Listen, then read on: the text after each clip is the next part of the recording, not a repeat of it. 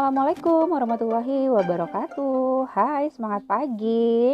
Jumpa lagi sama aku, Rini Puspa, di bulan Maret. Ya, gak terasa ya, sekarang sudah di tanggal 10 ya, 10 Maret. Rasanya baru kemarin tanggal 1 Maret ya. Tahu-tahu udah tanggal 10 aja gitu. Semoga teman-teman semua dimanapun berada sehat walafiat, tetap semangat menjalani hari-hari, jangan lupa tersenyum dan selalu bersyukur.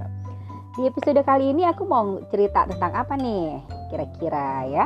Ada yang tahu? Pasti gak ada yang tahu lah ya, yang tahu pasti cuma aku ya kan. Dia kan yang bikin ceritanya, yang menyampaikan aku skenario-nya ya.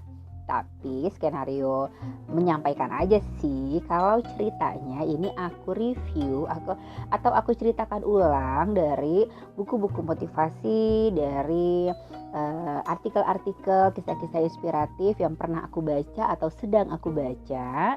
Biar gak nguap gitu aja, jadi aku sampaikan kembali di podcast ini biar kita sama-sama belajar.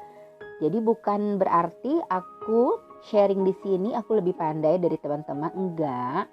Aku hanya menyampaikan apa yang aku baca, apa yang aku tahu, biar tetap terekam di kepalaku, biar tetap bisa aku ingat-ingat untuk diaplikasikan dalam kehidupan ini. Jadi aku sharingkan lagi, aku sampaikan lagi ke teman-teman semuanya. Semoga teman-teman juga dapat hikmahnya, bermanfaat juga, bisa diaplikasikan juga di kehidupan teman-teman. Jadikan lebih semangat ya kita menjalani hidup ini gitu. Jadi sering-seringlah mendengarkan podcast ini ya. Karena akan banyak cerita-cerita inspiratif, kisah-kisah motivasi gitu ya, yang akan aku bagikan untuk teman-teman semua. Nah, di episode kali ini aku mau menyampaikan sebuah cerita ya, bahwa di hidup ini, di dunia ini, kita tuh hidup tidak seorang diri, tetapi kita punya lingkungan di sekitar kita yang juga harus kita perhatikan gitu ya. Jangan egois, maunya diri kita sendiri aja gitu, tapi kita punya lingkungan, kita punya saudara, kita punya keluarga, kita punya tetangga gitu ya. Kita punya orang-orang di luar sana yang mungkin baru kita kenal, tapi lama-lama bisa menjadi teman dekat, bisa menjadi saudara juga mungkin gitu ya. Nah, di kisah ini mengisahkan seorang pengusaha muda yang sedang melaju di jalan raya. Dia mengendarai sebuah mobil mewah yang baru aja dia beli. Dengan perasaan puas, bangga, dan senang, dia memiliki mobil yang sudah lama dia idam-idamkan. Nah, tiba-tiba ada lagi asik nyetir, tiba-tiba dia melihat seorang anak kecil. Seorang anak kecil menggerak-gerakkan tangan ke arah mobilnya gitu. Kayak minta tolong untuk berhenti gitu ya. Tapi pada saat si anak kecil itu menggerakkan tangannya ke arah mobil si pengusaha muda tadi, itu disusul dengan suara keras yang menghantam mobil, pletak gitu ya. Suara itu terdengar nyaring di sebelah kiri pintu mobil. Nah, ternyata sebuah batu kecil mengenai mobil baru si pengusaha muda tadi. Spontan dong, karena dia kaget, pengusaha muda itu menekan rem mobil sekuat-kuatnya. Dengan perasaan geram, mobil pun segera dimundurkan ke arah dari mana batu itu dilempar. Lalu si pengusaha muda tadi ini bergegas turun untuk melihat ada apa sih gitu kan, kenapa kok bunyi peletak di mobil gue nih, dia bilang gitu kan, di mobil kesayangannya dia, baru dia beli pula gitu. Dan ternyata benar aja, langsung dong si pengusaha muda tadi itu mengumpat. Dia bilang, aduh benar-benar kurang ajar, dia bilang kan. Dan dia memaki sambil tangannya mengusap sayang goresan di pintu mobilnya. Amarahnya udah gak ketahan lagi dan memuncak. Dengan segera dia menangkap sosok anak kecil gitu ya. Matanya menangkap sosok anak kecil yang tadi dia lihat melempar sesuatu ke arah mobilnya. Lalu dihampiri anak itu dan tangannya mengepal sambil menahan marah. Hei kamu, dia bilang, lihat apa yang telah kamu lakukan pada mobil kesayanganku. Lihat goresan itu, kata dia. Dia teriak penuh amarah sambil bersiap-siap mau memukul anak kecil itu. Si anak tampak pucat dan gemetar ketakutan. Dia berusaha meminta maaf. "Maaf Pak, maaf," dia bilang, "saya salah dan benar-benar saya minta maaf. Sebab saya tidak tahu lagi harus melakukan apa." Air mukanya tampak ngeri, matanya berkaca-kaca dan tangannya memohon ampun. "Maaf Pak, saya melempar batu itu karena tidak ada seorang pun yang mau berhenti dari tadi Pak." Dengan air mata terurai dan mulai berjatuhan, si anak tadi menunjuk ke suatu arah. "Itu di sana ada kakakku yang lumpuh," kata dia. "Dia tergelincir terjatuh dari kursi rodanya dan kesakitan. Saya nggak kuat ngangkatnya Pak, dan tidak ada seorang pun yang mau berhenti dari tadi untuk menolongnya." Ucap si anak tadi sambil nangis gitu kan, sambil nangis dan dia berharap bantuan si pengusaha tadi. "Tolong kakak saya Pak," kata dia.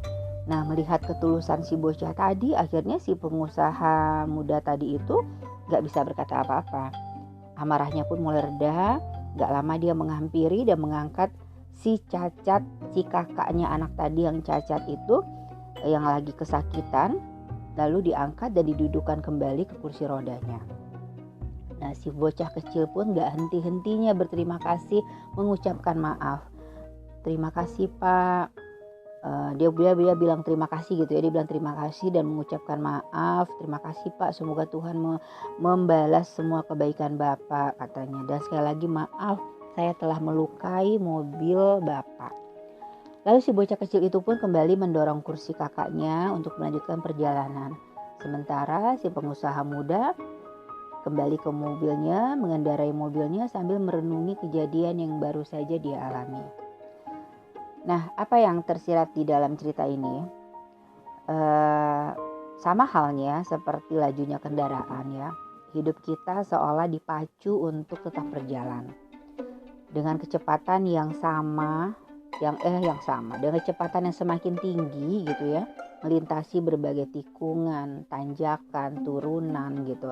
Kesibukan yang berpacu sering membuat kita lupa menyisihkan waktu untuk berhenti dan menoleh sejenak untuk menikmati pemandangan di sekitar kita. Sehingga banyak hal-hal yang indah yang terlewatkan begitu saja. Nah, di cerita ini menyadarkan kita gitu ya. Aku terkesan banget sama cerita ini yang ditulis oleh Bapak Andri Wongso di buku motivasinya yang kesekian gitu ya. Karena aku punya beberapa buku Bapak Andri Wongso di rumah. Dari cerita ini tuh sangat berkesan mengingatkan kita bahwa kita tuh pasti jarang banget gitu ya, dengan kesibukan kita yang luar biasa, dengan super sibuknya kita tuh kadang kurang memperhatikan kepada lingkungan sekitar kita. Gak usah jauh-jauh deh, kepada keluarga kita aja, ke keluarga kita atau ke sanak famili kita gitu ya. Ada yang suaminya giat bekerja di kantor, di luar rumah, tapi kadang melupakan istrinya yang sedang menunggu setia di rumah gitu ya. Gak jarang pula ada seorang pekerja yang melupakan jasa seorang office boy mungkin ya, yang sebenarnya sangat membantu dia di kantor. Ya kan? Ya begitulah kehidupan ya. Begitulah kehidupan karena kesibukan dan rutinitas kadang kita lupa ada sesuatu yang indah di sekitar kita yang sebenarnya perlu mendapatkan perhatian kita. Kita hidup tidak sendiri. Kita hidup pun berada di lingkungan alam yang sangat membutuhkan perhatian kita. Kita hidup bertetangga akan lebih harmonis jika kita bisa memberikan sapaan ramah kepada sekitar kita setiap saat. Kita hidup menjadi lebih indah saat kita meluangkan waktu sejenak untuk memberikan kejutan-kejutan kecil gitu ya pada pasangan hidup kita, kepada keluarga kita, kepada teman-teman kita gitu ya. Hidup juga akan lebih bermakna jika kita mampu menyisihkan sebagian rezeki, sebagian waktu, sebagian tenaga kita untuk membantu orang lain yang sedang membutuhkan. Karena itu, bila kita lupa, jangan terburu emosi jika ada seorang pelempar batu dan mengenai kita sebagai bentuk peringatan. Batu itu bisa berupa teguran, bisa berupa bisikan, bisa berupa peringatan, bisa juga berupa kasih sayang agar kita tidak melaju terlalu cepat, agar kita berjalannya atau melajukan kendaraan kita ngerem-ngerem dikit deh gitu ya. Jadi biar kita hidup nih nggak langsung sus nggak gitu, tapi ada sesuatu yang mengingatkan kita. Teguran-teguran itu atau istilahnya seorang pelempar batu ya dalam cerita ini itu akan mengingatkan kita untuk selalu hati-hati, berhenti dulu gitu ya, jangan terlalu ngebut. Karena kan kita hidup ini seperti kita sedang menjalankan kendaraan ya, lurus aja gitu. Nah, agar saat kita menjalani kehidupan ini juga berarti kita mau menyisihkan waktu untuk hal-hal yang bermanfaat bagi diri kita sendiri dan tentunya juga bagi orang lain dan alam sekitar kita. Gitu.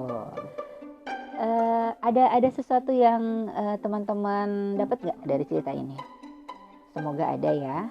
Semoga cerita ini, kisah seorang pelempar batu ini bisa mengingatkan kita atau menyentil sedikit kita gitu ya, bahwa hey, di luar sana ada orang-orang yang membutuhkan kita juga loh gitu, yang membutuhkan kamu gitu. Jangan egois aja gitu, jangan hanya mementingkan diri sendiri gitu. Jadi aku ulang lagi bahwa hidup akan jauh lebih indah dan bermakna jika kita mampu menyisihkan sebagian rezeki kita, sebagian waktu kita, sebagian tenaga kita untuk memperhatikan dan membantukan orang lain yang membutuhkan.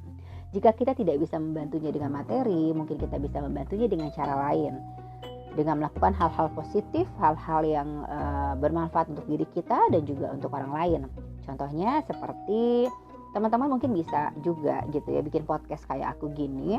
Nanti teman-teman bisa pakai aplikasi Anchor ya, bisa di-download di Play Store. Itu bisa membuat podcast sendiri, terserah teman-teman mau berbagi cerita apa atau mau ngobrol apa gitu kan. Yang penting bisa membagikan manfaat untuk orang lain gitu. Jadi siapapun yang mendengar cerita kita pasti akan bisa mengambil sesuatu hal yang bisa diaplikasikan di kehidupannya. Atau teman-teman juga bisa punya ilmu apa gitu ya, jangan dipendam sendiri, jangan disimpan sendiri, tapi teman-teman bagikan ke teman-teman di sekitar kita gitu ya, atau ke keluarga, ke saudara. Pokoknya apapun yang kita punya, kita nggak punya secara materi, misalnya kita nggak punya uang, nggak punya barang yang bisa dibagikan, mungkin ilmu yang bisa dibagikan juga kan itu bagus, bermanfaat gitu ya. Apapun itu, pokoknya kita harus bisa memperhatikan di sekitar kita bahwa kita hidup tidak sendiri gitu. Alangkah indahnya hidup ini ya. Seperti pepatah yang pernah seperti quote yang pernah aku tulis gitu ya. Hidup ini sebenarnya hidup ini mudah, tidak usah dibuat rumit gitu ya. Kunci dari bahagia itu cukup selalu bersyukur dan tersenyumlah gitu. Jadi kunci bahagia adalah selalu bersyukur dan tersenyumlah. Tersenyum kepada semua orang di sekitar kita. Mereka mendapatkan aura positif dari kita, kita pun juga begitu juga kita sebaliknya ya, mendapatkan aura positif dari mereka dan jauhi hal-hal yang negatif. Oke, semoga bermanfaat di celoteh hari ini. Salam sehat, salam semangat. Jangan lupa subscribe podcast aku ini supaya teman-teman selalu dapat notifikasi setiap kali aku membuat episode baru. Oke, sampai jumpa. Bye.